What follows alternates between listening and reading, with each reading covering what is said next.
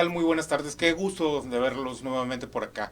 Estoy muy emocionado por este programa porque es el primer en vivo que realizamos con un control remoto. Nos vamos a enlazar a la Ciudad de México con uno de los invitados, uno de los panelistas del día de hoy. Y bueno, pues hablaremos del tema póliza de arrendamiento jurídico. Eh, Antes de comenzar el programa, les recuerdo que te invito a que en menos de un minuto le demos gracias a Dios por los favores recibidos del día de hoy. Si no lo has hecho, te invito nada más a que de una manera eh, de buen corazón te dirijas a Él y le des gracias por el día de hoy. Padre, te bendigo y te alabo y te doy gracias por las oportunidades del día de hoy. Celebro la visita de mis invitados, los que están en la Ciudad de México, los que me acompañan aquí. Permite que el mensaje del día de hoy llegue a quienes deben de llegar y sea de su provecho. Te lo pido en el nombre de Jesús. Así sea. Amigos, les comentaba, este es un programa que había venido preparando desde hace un tiempo. Diferentes circunstancias nos habían impedido que se diera, pero el día de hoy ya lo tenemos agendado, ya lo tenemos listo y bueno, pues estamos a una nadita de comenzar. Quiero presentarles desde la Ciudad de México al licenciado Gilberto Hernández. Él nos va a acompañar sobre el tema póliza jurídica de arrendamiento. Y en la ciudad de Monterrey me acompaña el licenciado Cuthberto Esparza, especialista en Derecho, para poder tratar sobre el tema de la póliza de arrendamiento jurídico, que es el tema que nos ocupa el día de hoy. Gracias Gilberto, gracias Cuthberto, les doy la bienvenida y pues comencemos con el tema. Gracias. Pues gracias antes que todo por la invitación. Es un placer Sí, para su servidor y el equipo de Póliza Jurídica SC tocar este tema que es de interés general, sobre todo en esta época en donde la situación económica genera escenarios que no habíamos visto, dificultades entre arrendador y arrendatario y en el cumplimiento en muchos casos de los contratos pues de arrendamiento. Entonces, lo voy a presentar. Yo soy el licenciado Gilberto Arturo Hernández García, soy director de Póliza Jurídica. Nuestra empresa se fundó hace 16 años y tenemos varias representaciones, varios socios que están en el país, desde Monterrey hasta Yucatán, pasando por la Ciudad de México, por supuesto, Estado de México, Puebla, Guanajuato, Guadalajara, en fin, son varios los estados en donde estamos trabajando y compartiendo además mediante pláticas como esta sobre el tema de arrendamiento y pues es un gusto que nos hayan extendido esta invitación y aquí estamos con toda la disposición a platicar sobre el tema y a contestar las preguntas que tu auditorio requiera. Gracias Gil. Bueno, ¿quieres presentarte, por favor, Cut? Muchísimas gracias. Buenas tardes. Soy el licenciado Cuthberto Esparza Martínez. Aparte de ser abogado, también soy contador público. Ya tengo más de 20 años dedicándome al litigio jurídico fiscal, atendiendo tanto a personas físicas como a empresas, puesto que en este caso el arrendamiento pues se da en todo tipo de ámbitos, ¿verdad? No solamente en la renta de casas, departamentos, sino incluso bodegas, oficinas, departamentos, edificios. Hay un montón de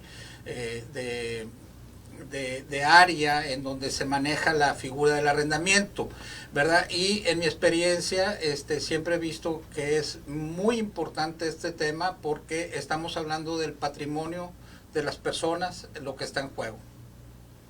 Gracias, Cut. En términos reales, el arrendamiento, la figura del arrendamiento es una figura muy simple, con la cual se necesitan dos o tres datos muy precisos, muy puntuales para hacer un arrendamiento. Pero hacer un arrendamiento exitoso, bueno para ambas partes, bueno sobre todo para el propietario, no es una cosa sencilla. ¿Qué me puedes comentar al respecto, Gil? Con todo gusto, mira, pues sí, como bien dices, en el ámbito económico, el tema del arrendamiento es algo que mueve la economía, es algo que muchas personas requieren de inmuebles de todo tipo, como bien lo comenta el licenciado, desde bodegas, locales, departamentos, en fin, todo tipo de inmuebles. Y el asunto está en que se generan muchos problemas entre los arrendadores y sus arrendatarios, los inquilinos, porque muchas veces no conocen la gravedad de tener alguna omisión, de no conocer la ley y de entonces incumplir. Hay sobre todo el incumplimiento de los arrendatarios que no pagan la renta, por supuesto, el problema más común, pero hay muchos otros tipos de problemas. El hecho de que también puede ser el caso en donde los arrendadores, es decir, los propietarios, al no saber cuáles son sus obligaciones, pues aunque no lo crean, también ellos incumplen. Y bueno, esto es algo que se generaliza y de que una vez que no hay una solución en donde haya un convenio de las partes, donde no haya conciencia al menos de una de las partes, pues se llegan a tener pleitos que duran meses, enconos en donde a veces el tema económico es lo de menos y en donde es a ver quién gana, ¿no? A ver quién puede más. Y evidentemente esto genera mucho malestar, mucha desconfianza. Los arrendadores propietarios de inmuebles pues la piensan bien antes de poner sus inmuebles en renta, pero también, insisto, hay arrendatarios que aún cumpliendo pues se encuentran con arrendadores que al no conocer qué es lo que deben hacer, pues se encuentran con dificultades, ¿no? Y entonces una parte muy interesante en este negocio de arrendamiento ha sido como tal la figura de la póliza de arrendamiento, póliza jurídica como se le llama, y pues empezaría yo por explicar qué es esta póliza de arrendamiento, póliza jurídica como se le denomina en el argot inmobiliario. Hasta hace algunos años los arrendamientos se gestionaban muchas veces de palabra, ¿no? En donde pues uno confiaba en aquella otra persona que iba a ocupar el inmueble. Hoy, evidentemente, hacer contratos de ese estilo pues es cada vez menos común. Ya hoy día se estila manejar contratos por escrito, que es lo que dice además el Código Civil, y en donde también ha habido por parte del gremio inmobiliario, debo decirlo, pues mucha desinformación al encontrar personas interesadas en los inmuebles que no cumplen con requisitos que debiesen pedirse de manera obligada. Algunos son muy obvios, como el que la persona que va a tomar en arrendamiento algún inmueble tenga solvencia económica, que tenga con qué pagar la renta y que además tenga un garante, es decir, un fiador que pueda responder en caso de que ese inquilino no pudiera hacerlo. Pero a veces no es suficiente con eso, porque en el mercado nos encontramos con personas que pueden tener el ingreso, que tienen inclusive algún fiador, pero que ya tienen antecedentes de ser morosos. Y no morosos por la situación que hoy nos aqueja, a lo mejor porque han perdido el empleo, porque ha disminuido su ingreso, por alguna situación en donde su negocio se ve afectado, sino porque hay, aunque no lo crean, personas que se dedican a eso, personas que viven en un inmueble el tiempo que aguante el arrendador antes de demandar, y entonces están brincando de uno a otro. Increíble, pero es cierto. Y es entonces en donde se genera la desconfianza de los propietarios en poner su patrimonio, como bien lo ha señalado, pues en personas desconocidas. Nosotros lo que hacemos, o la póliza de arrendamiento, lo que busca es, de manera preventiva, aminorar el riesgo. Particularmente lo que nosotros hacemos en este proceso, en esta gestión de un negocio, pues es solicitarle al arrendador en primer caso que esté al corriente en sus obligaciones, es decir, que tenga todo lo que es los servicios del inmueble al corriente, que no deba agua, que no deba mantenimientos, que el inmueble se encuentre en buen estado, que aunque la gente no lo sabe, es una obligación que el Código Civil marca a los arrendadores. Debe de entregar el bien inmueble en estado de servir y además darle un mantenimiento regular para poder ofrecer ese inmueble en buenas condiciones. ¿A cambio de qué? de una contraprestación económica en donde el arrendatario tiene la obligación, como lo sabemos, de pagar una cantidad mensual por el uso que se le dé al bien inmueble. Bueno, como les decía, lo que nosotros hacemos es preventivo, es verificar que esa persona que pretende tomar en arrendamiento ese inmueble cumpla con ciertos requisitos. Primero, un ingreso de 3-1, es decir, si la renta es de 20,000, que tenga un ingreso al menos de 60,000 pesos para que podamos pensar en que puede pagar esa renta. Después de esto, que tenga un trabajo lícito, es decir, que esos ingresos con los que se va a pagar la renta nos pueda demostrar que es de un negocio, de una empresa, de un empleo lícito. Además, el que se le solicite como ya lo dije antes, un fiador. La manera más sencilla de cubrir el requisito cuando se trata de un arrendatario y que presenta un fiador es que ese fiador sea solvente. Y para poder comprobar esa solvencia, pues solicitamos que ese fiador, la mayor parte de las veces, no siempre, que tenga un bien raíz, lo cual nos demuestra que es una persona que en el peor escenario va a tener con qué responder a esa deuda que se hubiera generado.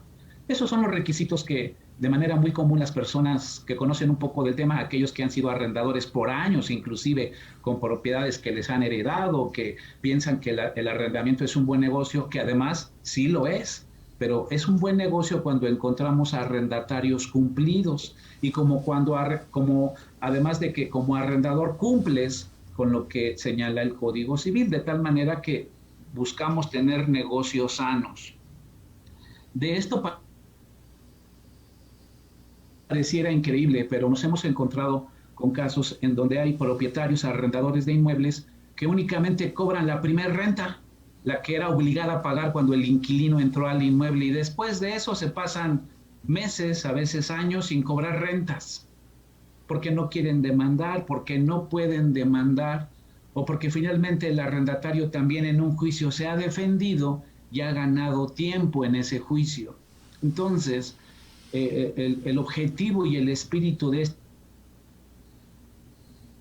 este producto es precisamente prever esa situación en primera instancia y después en darle al arrendador, al propietario, el apoyo legal para que aquel arrendatario incumplido cumpla con lo que está incumpliendo, so pena de verse demandado o inclusive lanzado del inmueble. Todas estas gestiones sin que le cuesten ya al arrendador, al propietario. Entonces nosotros lo que vendemos, mucha gente nos dice, es como un seguro, es algo parecido, en donde se paga una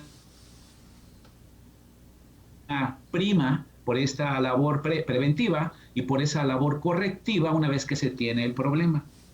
Este tipo de productos en el mercado, de unos años para acá, ha sido algo que se estila de manera frecuente, diría yo que como requisito en los arrendamientos, en Ciudad de México, en el Estado de México, en la metrópoli, en Guadalajara, en Monterrey, va siendo una práctica común que cuando se rente un inmueble, el arrendador requiera este tipo de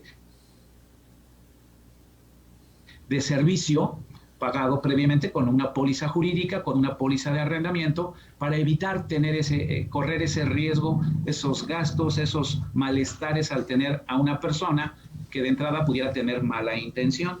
Ese es el espíritu y el objetivo de lo que nosotros vendemos. Gracias, Gil. Como abogado, y aquí en la ciudad de Monterrey, Cuthberto, este instrumento, tú eres de la opinión de recomendarlo, ¿crees que es válido? ¿Creo que es útil? Fíjate que aquí en la ciudad de Monterrey me ha tocado ya ver desde hace algunos años esta figura. Definitivamente es una figura que ha entrado y que ha causado, a mi entender, una gran tranquilidad, tanto a la gente que renta sus propiedades, ¿verdad? Incluso a la parte contraria también, o sea, bueno, llamarla contraria no es correcto, a mi contraparte en el contrato, que viene siendo la persona que renta el inmueble. definitivamente no deja de ser un acto jurídico complejo. La elaboración de contratos es una situación que tiene muchas excepciones, incluso hay abogados que te pueden cobrar una cantidad y otros abogados te pueden pedir otra cantidad, pero sí es un contrato, es un documento jurídico que en mi experiencia lo recomendable es hacer un traje a la medida, ¿verdad? Es cierto que existen mucho tipo de contratos que te pueden, puedes comprar en la papelería, incluso puedes bajar de internet y tratar de adecuarlos a una situación particular, pero el riesgo es mucho porque no sabe, el contrato puede ser que no tenga todos los elementos que necesites proteger, tanto de tu patrimonio como de las obligaciones que se establecen las partes, ¿verdad? Y solamente se firma un documento por firmar un documento, que no es malo, pero a mi entender no es lo óptimo. Lo óptimo es que haya una persona que esté supervisando, incluso como este tipo de figuras, como es la protección de los arrendamientos, ¿verdad? Las personas que ofrecen este servicio de la póliza jurídica de arrendamiento van incluso más allá de la elaboración del contrato, van incluso también a la cuestión de validar esa solvencia económica que deben de tener las partes, ¿verdad? Claro que es un buen negocio el tener arrendamientos. Hay gente que solamente vive de sus rentas, ¿verdad? Que si la persona que a la que le rentó su casa no le paga la renta, ellos dejan de comer, dejan de comprar la medicina, dejan de pagar sus servicios. O sea, yo creo en mi leal entender que es algo muy bueno para todas las personas. ¿Por qué? Porque de alguna forma u otra ya traes una protección, una asesoría, que como te digo, o sea, por fuera te puede salir en esto, en el otro, dependiendo. A lo mejor, dicen que casi en todas las familias de México hay un abogado, ¿verdad? Y que le andas hablando al tío y le andas hablando al primo para que venga y te ayude, y a lo mejor el primo pues no tiene tiempo, y es un problema. ¿Por qué? Porque los tiempos en materia jurídica consideramos que son fatales. Si no contestas a tiempo, si no demandas a tiempo, se pasan los términos, y luego las personas pueden incluso hasta obtener algunos derechos sobre tu propiedad si no hiciste contrato, ¿verdad? Entonces, sí, definitivamente aquí en Monterrey es algo que yo recomendaría ampliamente. Es algo que al final va dentro del costo del negocio, ¿verdad? O sea, no es algo que uno esté pagando, sino que de la propia renta se puede pagar esto. No sé si algunos cobran un tanto u otro tanto, pero de la misma del mismo negocio se puede pagar eso. Incluso digo, en materia fiscal, ¿verdad? Sabemos que cuando tú rentas una propiedad tienes derecho a una deducción ciega, ¿verdad? Entonces ya no pagas un impuesto total por el ingreso que recibes del arrendamiento, sino que ya la ley te permite hacer una deducción ciega. O sea, automáticamente le bajas un porcentaje y pagas tus impuestos, pero este tipo de pólizas incluso pueden ser deducibles para el pago de los impuestos, en el caso, por ejemplo, de empresas que puedan rentar esto, el otro, aquello, y a lo mejor no optan por la deducción ciega, sino que optan por la póliza de protección de inmuebles, y es algo que es 100% deducible porque va dentro de lo mismo. Entonces, yo no lo consideraría como un gasto, sino más bien como un costo de operación. Gracias, Cuthberto. Y agreguémosle también el hecho, aquí sí quiero ser muy específico, en el caso de póliza jurídica, pues ya tienen muchos años de experiencia en esto. Entonces, Pues siempre puede haber asegúnes, pero estoy ciertamente convencido de que en el caso de la empresa que representa Gilberto, bueno, hay la solvencia jurídica para poder responder en estos temas. Gil, una pregunta, ahorita manejabas la figura también del aval y del fiador. Hay diferencias entre yo lo sé, pero quiero que en este caso el público que nos acompaña, que nos visita, tenga una idea más o menos clara de cuáles son las diferencias entre uno y otro. Claro, muy bien, mira, les diría lo siguiente, dentro del Código Civil, el derecho civil es el que regula el arrendamiento, así como las compraventas de inmuebles.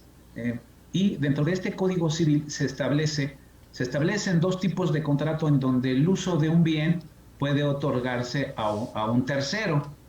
Uno de ellos es el arrendamiento, el otro es el comodato. Un contrato de comodato es en donde yo le otorgo la posesión y el uso a un tercero sin que haya una contraprestación económica, es decir, sin que haya renta. Uno es entonces el comodato y otro es el arrendamiento. Ahora, tenemos dentro del Código Civil también la clasificación de los contratos de garantía. Y dentro de los contratos de garantía tenemos la prenda, la fianza y la hipoteca, que son contratos en donde una persona garantiza que otra va a cumplir con un contrato. La prenda, sabemos que tú dejas un bien, firmas un contrato de garantía prendaria, si aquel no cumple, tú te quedas con este bien, lo vendes, cobras la deuda que se está garantizando y si hubiera algún diferencial, pues se devuelve. O, depende de cómo se elabore el contrato, pudieras inclusive tú quedarte con ese bien que se ha quedado en prenda. Ese es un contrato de garantía prendaria. El contrato de garantía hipotecaria, como todo mundo lo sabemos, el banco o una persona física le presta una cantidad de dinero a otro para un bien o para otro efecto y deja en garantía un bien inmueble. Si no me pagas, me voy sobre el bien inmueble. Esa es, de una manera muy coloquial, la explicación de un contrato de garantía hipotecaria, ¿sí? En donde dejo el bien para garantizar que voy a cumplir con ese pago. Y tenemos el contrato de fianza. El contrato de fianza es en donde una persona se obliga a pagar por otra cuando aquel otro no pague. Eso es un contrato de fianza. Y existen contratos de fianza para muchos negocios. Uno de ellos es el arrendamiento. Cuando elaboramos un contrato de arrendamiento, que como ya lo mencioné antes, es un contrato en donde se otorga el uso temporal de un bien, y al mismo tiempo tenemos un fiador, es decir, un contrato de fianza, tenemos dos contratos en uno, un contrato principal y un contrato accesorio. De tal manera que entendamos que cuando se celebra una fianza, cuando ustedes estén firmando un contrato en calidad de fiadores, están otorgando fianza. Así habrá que entenderlo, un contrato de fianza. Ahora, vámonos al término aval. Dentro del Código Civil no se establece en ningún momento el término aval. Ese es para efectos del derecho mercantil. Avalista, aquel que responde por otro. Y se ocupa básicamente, por ejemplo, de lo que todo el mundo hemos visto por ahí, un pagaré. Pagaré incondicionalmente a tal persona, tal cantidad en tal fecha. ¿Y quién avala este pagaré? Pues una persona que si no pago, aquel va a avalar esa acción jurídica. Entonces, en términos generales, fiador es el que se desprende del que otorga una fianza. En términos de semántica, en un contrato de arrendamiento, lo correcto es mencionar que hay un fiador porque se está otorgando un contrato de fianza. En términos del derecho mercantil, aquel que avala un pagaré o una letra de cambio es el que respalda, avalista. Entonces, como pueden darse cuenta, es muy similar, pero no es lo mismo. Aquel es para efectos mercantiles, el aval, y el fiador se desprende de un contrato de fianza en el Código Civil, en el derecho civil. Entonces, en resumen, yo siempre he recomendado que en un contrato de arrendamiento se haga mención a un fiador porque está otorgando fianza. Hemos encontrado contratos que no elaboramos nosotros en donde habla de un aval. Para efectos legales, en un juzgado, en un juicio, pues el juez va a entender que ese aval pues es un sinónimo de un fiador. Y bueno, no hay tanto contratiempo, pero semánticamente, insisto, lo correcto es que en un contrato de arrendamiento se determine como fiador. Toda esta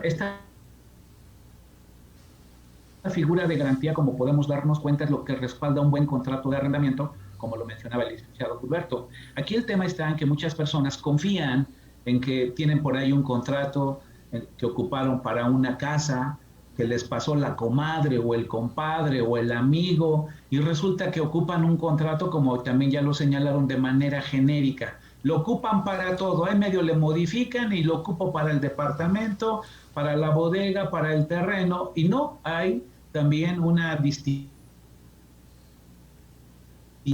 en las cláusulas que deben de señalar situaciones en lo particular que pueden presentarse en los contratos.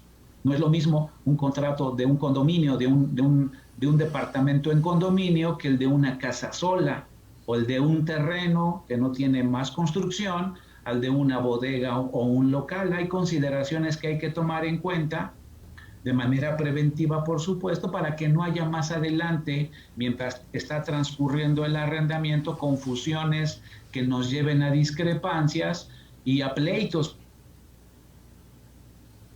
muy probablemente, ¿no? Entonces, nosotros en Póliza Jurídica ciertamente empezamos por la labor preventiva de investigar a aquellos que pretenden tomar en arrendamiento un inmueble. Elaboramos un contrato de arrendamiento muy específico para el tipo de inmueble, para el monto de renta, para las características que tienen en ese arrendamiento tanto arrendador como arrendatario. Y por supuesto que una vez que ya se ha firmado, que se han pagado las rentas, pues un seguimiento, porque este contrato que nosotros ofrecemos, esta póliza jurídica, que aprovecho para decirles, ¿la póliza jurídica qué es? Si ustedes buscan el concepto póliza jurídica o póliza de arrendamiento en el Código Civil, no lo van a encontrar. Es un nombre, es una marca. Realmente, en el fondo, es un contrato de prestación de servicios, en donde, en el caso particular, nosotros prestamos un servicio al arrendador y al arrendatario. Si cualquiera de las partes incumple, nosotros tenemos que primero hacer una labor de mediación, tratar de que ambos lleguen a un acuerdo de forma saludable, de forma pacífica. Si no lo conseguimos, vamos a tener que demandar al arrendatario, que es el que habitualmente incumple, para que cumpla con aquello que no ha cumplido, y si es el caso, incluso como ya lo mencioné antes, desalojarlo del bien para que no siga perjudicando a aquel arrendador que tiene su inversión y su dinero en ese inmueble y que espera recibir algún dividendo por esa inversión. Este contrato de prestación de servicios que le hemos llamado póliza jurídica, póliza de arrendamiento, es, como lo dije antes, un contrato de prestación de servicios que además ofrecemos a un costo muy bajo. Voy a poner un ejemplo. En una renta de 10,000 pesos, nuestro producto, esta póliza que cubre al arrendador por un año, vale 3,050 pesos. Como se podrán dar cuenta, es verdaderamente un costo bajo por tener todo lo que ya he mencionado. Una investigación, elaboración de contrato, acudir a la firma para validar que los que firmaron se identificaron, y no solo eso, sino que si hay problemas, nosotros vamos a solventar ese problema sin que haya que pagar algún tipo de deducible, alguna dádiva, todo está incluido. Obviamente vamos de la mano de los arrendadores propietarios. Si ellos tienen problemas, nosotros tendremos problemas. Es por eso para nosotros muy importante que al inicio de la negociación, cuando estamos validando la solvencia económica y moral, lo hagamos bien, porque corremos el riesgo de la mano del propietario del inmueble. Entonces es algo que es importante que tu público sepa, que no es costoso y que ofrece muchos beneficios. Puede ser el caso en donde de repente nos presenten algún candidato a tomar un arrendamiento, y una vez que validemos dicha solvencia, digamos, ¿qué crees? Yo no le entro. Este señor tiene demandas, no es solvente económicamente, yo no otorgo mi contrato de prestación de servicios, es decir, no me comprometo. El arrendador, el propietario puede aún así celebrar el contrato, pero ya sabe que no va a tener nuestra protección porque consideramos que el negocio es riesgoso. Es algo que también es importante que la gente sepa, ¿no? Entonces, en ese costo va incluido la investigación, la elaboración del contrato, una mediación e inclusive, como ya lo mencioné, todo el proceso de juicio hasta tener una sentencia y un desalojo de aquel que está incumpliendo. Como podrán ver, y ya lo están ustedes, tu público, supongo, entendiendo que verdaderamente es un producto muy noble que está teniendo cada vez más fuerza a nivel nacional, no solo por el hecho de cuidarte del incumplimiento de aquel inquilino, con que no pague la renta, con que ocupe el inmueble para algo distinto para lo que fue rentado, o que no pague los servicios. ¿Sabes también para qué? Y es algo que nos debe de preocupar a todos. Hoy día, la delincuencia, y con el escenario que se vislumbra, la delincuencia está permeando en la sociedad a pasos agigantados, y en donde los propietarios corren el riesgo, si no saben hacer bien las cosas, de meter a su propiedad a personajes que estén delinquiendo, que estén cumpliendo los requisitos para considerarse asociación delictuosa, que estén dedicándose a cualquiera de todo lo que está catalogado en la Ley Nacional de Extinción de Dominio como delito, que no solo es el tema del narcotráfico.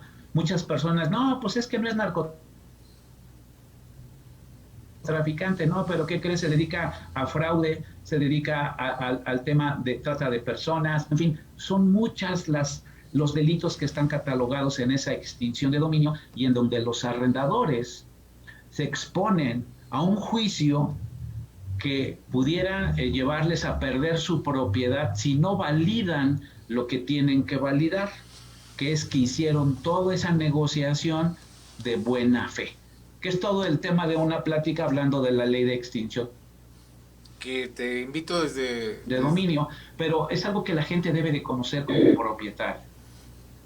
Que te invito desde ahorita y quiero comprometerte para una próxima emisión. Si nos pudieras hablar más sobre el tema de la extensión de dominio, ¿te parece? Con todo gusto. Con todo gusto. Ya comienza a estar agendado, Gil. Bueno, me ganaste muchas preguntas, y eso es bueno, y eso me alegra para poder transmitirlo al público que nos está viendo el día de hoy, que todos esos elementos jurídicos a considerar ya los está considerando la póliza de arrendamiento. Te iba a preguntar también sobre cómo funciona. Ya me has dicho prácticamente que esto es un traje a la medida, y que protege en sobremanera al arrendador, protege de muy buena forma también al arrendatario, y bueno, hace que nuestros negocios sean felices y todos contentos. Así es, fíjate que quisiera agregar algo que creo que es también muy interesante, y es el tema siguiente. Recientemente, aquí el licenciado va también a apoyarnos en ello, seguramente, se modificó la ley del ISR, en donde nos están obligando a todos los arrendadores,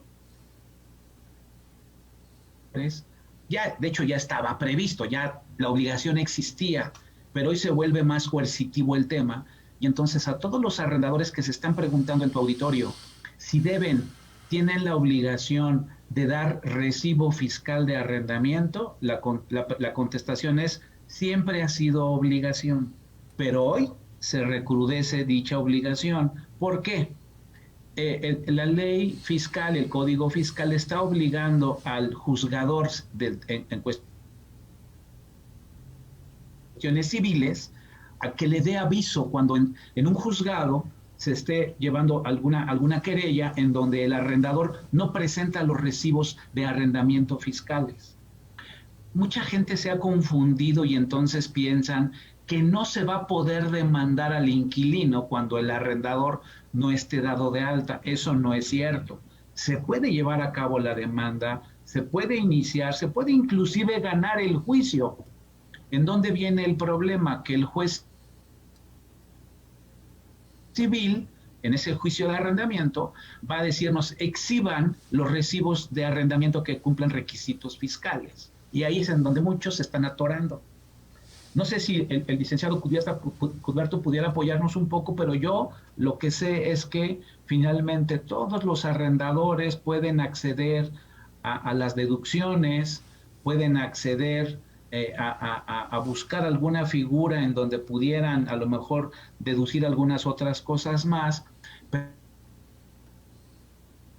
pero el hecho es de que todos tienen la obligación de dar sus recibos fiscales y corren el riesgo de que en un juicio civil el juzgador dé aviso al SAT de que aquel arrendador no está cumpliendo con sus obligaciones. Sí, es correcto, definitivamente. De hecho, es muy lógico, ¿verdad? Porque un juez se supone que representa la justicia y el derecho, ¿verdad? Es el que interpreta el derecho y lo aplica, ¿verdad? Entonces, obviamente, aunque no está establecido así, entendemos que el juez debe de velar porque se cumplan todas las formalidades, no solamente del procedimiento, sino de las leyes que representan esa operación. Por ejemplo, en el caso de que el juez, en el caso de una de un remate y una adjudicación de un bien inmueble, ¿verdad?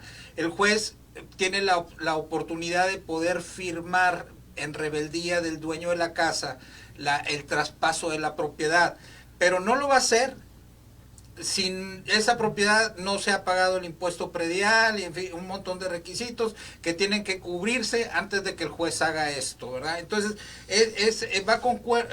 concuerda con esta situación que establece, como bien lo comentó el licenciado en materia fiscal,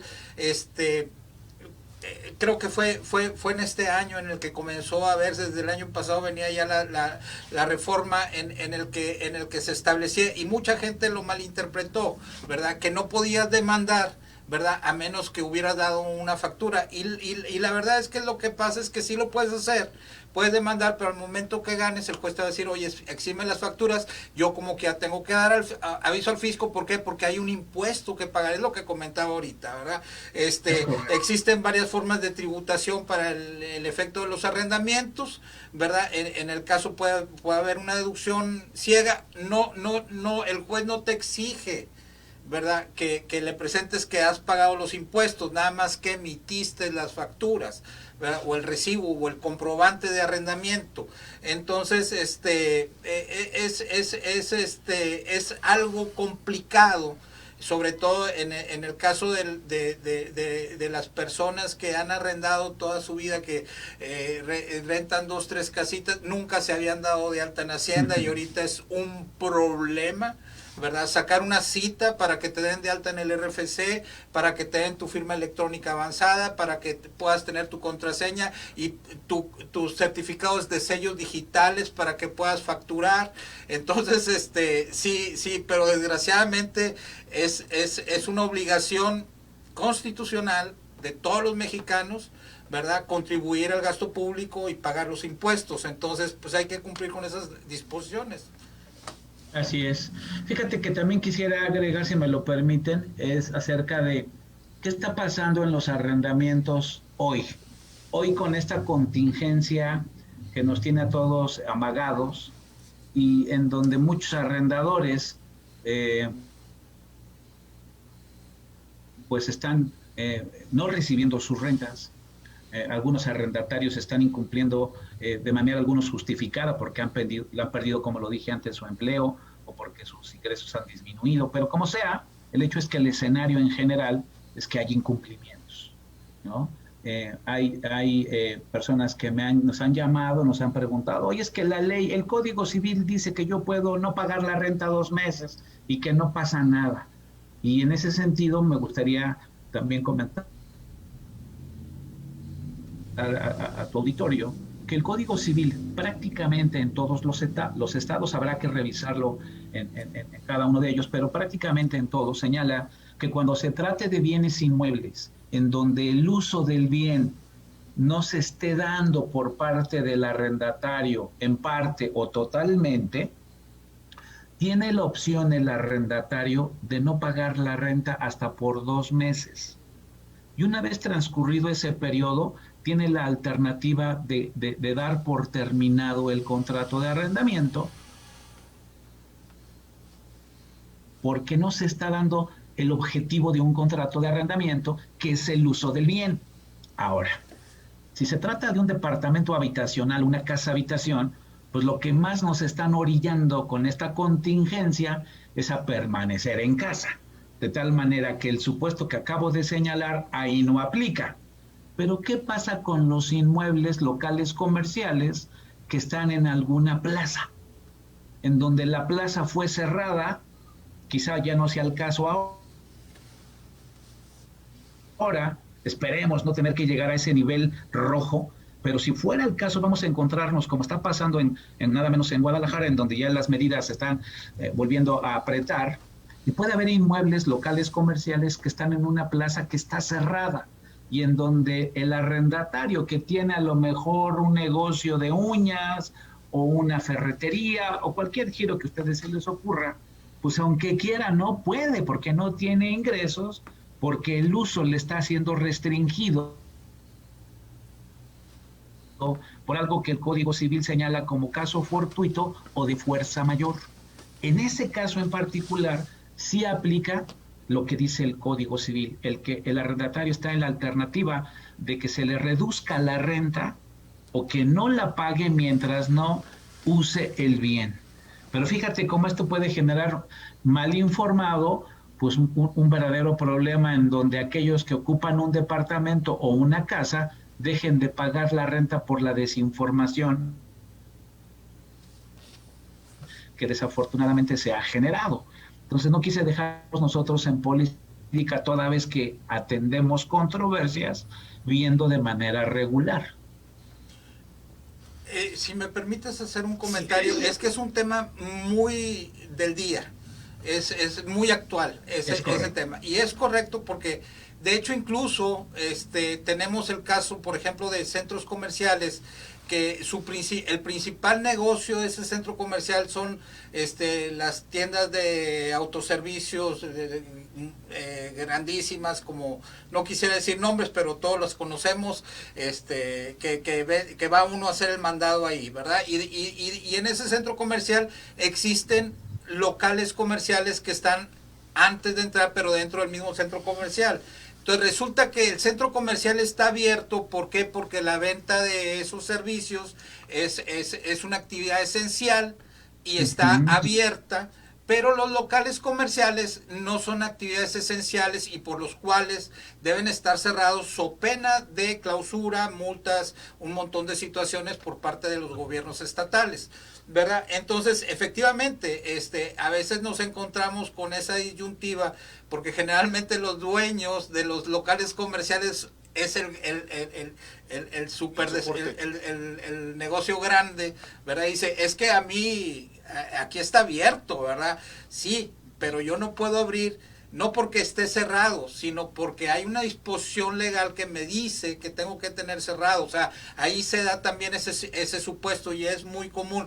Ahora, después de los 2 meses, habla el mismo Código Civil de la situación de que se puede incluso llegar a una disminución. No tanto a dejar de pagar, o sea, dejas de pagar 2 meses, pero luego dices, ¿sabes qué? Es que nada más me dieron una apertura un 30%, ¿verdad? Entonces, incluso establece ahí que se puede poner a discusión de peritos, de acuerdo a los peritos, a una reducción de la renta, ¿verdad? No a la omisión total, pero sí a una reducción a juicio de peritos.